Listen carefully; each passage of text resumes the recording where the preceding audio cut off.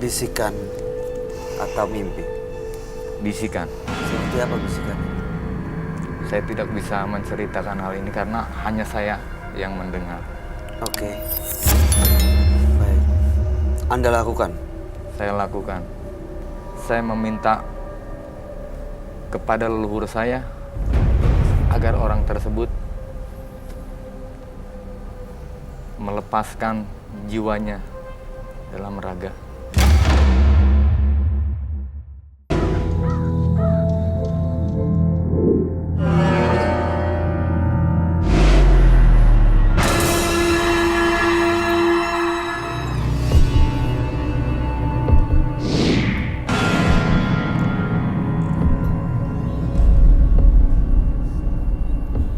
Mata adalah panglima hati.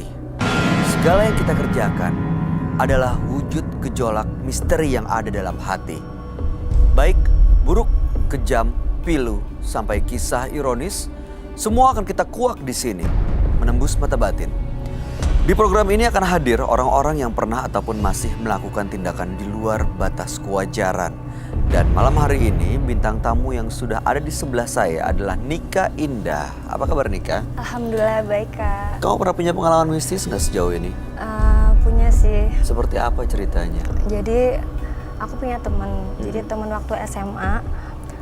Teman aku ini terkenalnya punya pengikut. Pengikut gaib? Iya pengikut gaib. Nah di situ aku sebenarnya kayak nggak percaya karena selama aku temenan sama dia tuh baik-baik aja, nggak ada hal-hal mistik apapun kayak yang horor-horor tuh nggak ada. Nah karena aku penasaran sama dia, aku tanya langsung. Aku nggak usah sebutin nama ya. Ya. Oh ya, katanya kamu dengar-dengar kamu punya pengikut ya? Dia nggak mau jawab, diem aja. Kok nggak jawab? Cerita aja, kan kita temenan gitu kan. Ini jadi udah dengar dari teman-teman nih ya? Dan tetangga-tetangga udah ngomong, kamu jangan mainin sama itu karena dia punya pengikut, terus kayak keluarganya juga gitu. Terus kamu penasaran, kamu konfirmasi dan dia bilang? Terus dia bilang, karena kamu teman aku mau jujur sama kamu, tapi kamu jangan kaget ya. Iya, aku punya pengikut. Aku sempet nggak percaya karena kan pengikut apa? Emangnya pengikut apa? Kalau kamu penasaran, kamu malam Jumat Kliwon, kamu main ke rumah aku ya. Kamu datang malam Jumat Kliwon? Aku beraniin. Aku disuruh datang habis sholat Isya. Nah aku datang. Pertama sih aku kayak ya main-main biasa aja. Nah sebelumnya aku main ke tempat dia, nggak pernah masuk ke kamarnya.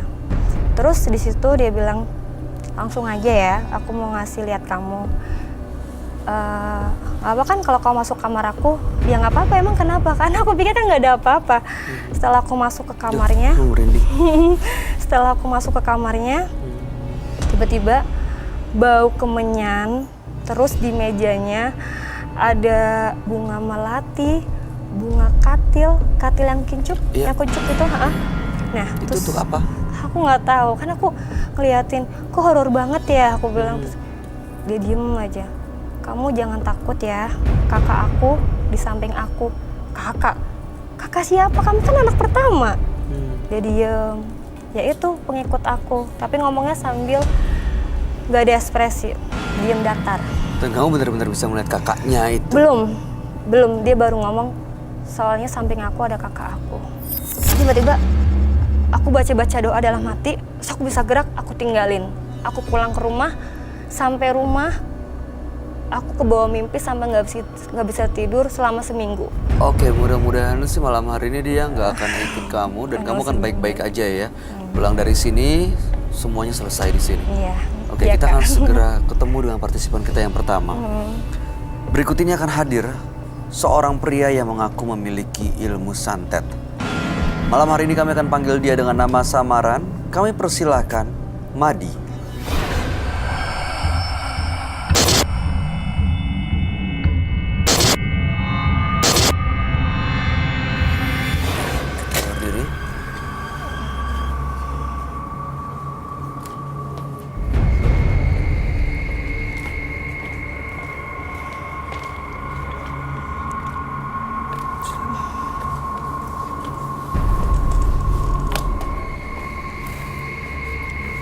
Selamat malam, Pak Madi. Selamat malam. Apa yang mau Bapak ceritakan pada kami? Saya akan menceritakan tentang kisah saya 10 tahun yang lalu. Saat itu, keluarga saya telah disakiti oleh seseorang. Awalnya saya memaafkan. Namun, dalam keadaan keterpurukan keluarga saya, karena rasa sakit hati tersebut, akhirnya saya nekat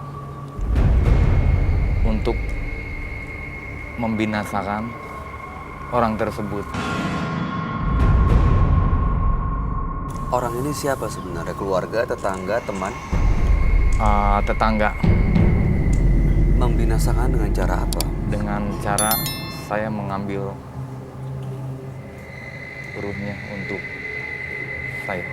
Ruhnya Ruhnya diambil diambil dengan cara apa ya? dengan cara sugesti keyakinan saya yang saya miliki. Anda bisa punya kemampuan itu dari mana? Saya terlahir dari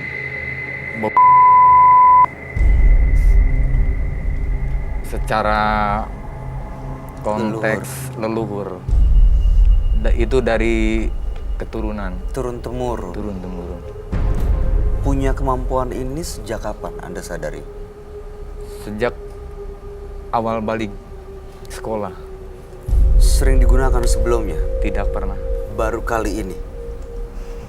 Iya, Oke, caranya gimana mengambil ruh seseorang itu? saya menggunakan ritual pada malam hari. Saya mengikuti naluri perintah yang saya dengar dari karuhun leluhur saya. Bisikan atau mimpi? Bisikan. Seperti apa bisikannya? Saya tidak bisa menceritakan hal ini karena hanya saya yang mendengar. Oke. Baik. Anda lakukan? Saya lakukan. Saya meminta kepada leluhur saya agar orang tersebut melepaskan jiwanya dalam raga. Terpisah gitu? Ya, Lalu meninggal. Meninggal. Orang itu meninggal? Meninggal. Tetangga Anda itu meninggal? Meninggal. Dia meninggal dengan kondisi seperti apa?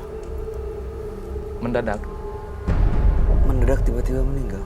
tanpa ada gejala sakit.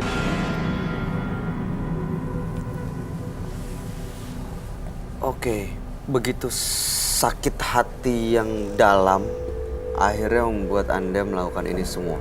Iya, Korbannya hanya satu. awalnya satu. Setelah itu, Kemudian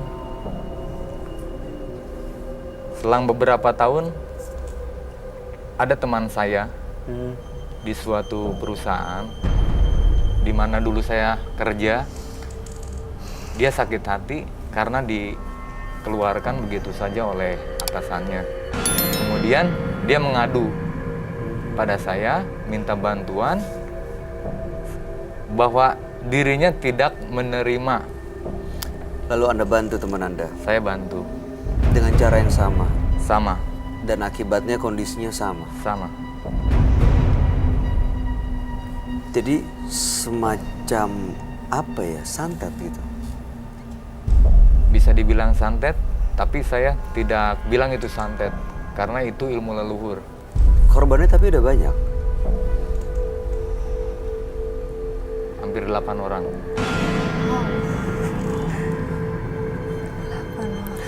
Baik, tujuan Mas Madi datang ke sini untuk apa sebenarnya? Saya ingin bertemu dengan Roy Kiyoshi Untuk menetralisir power kekuatan yang ada pada diri saya. Saya ingin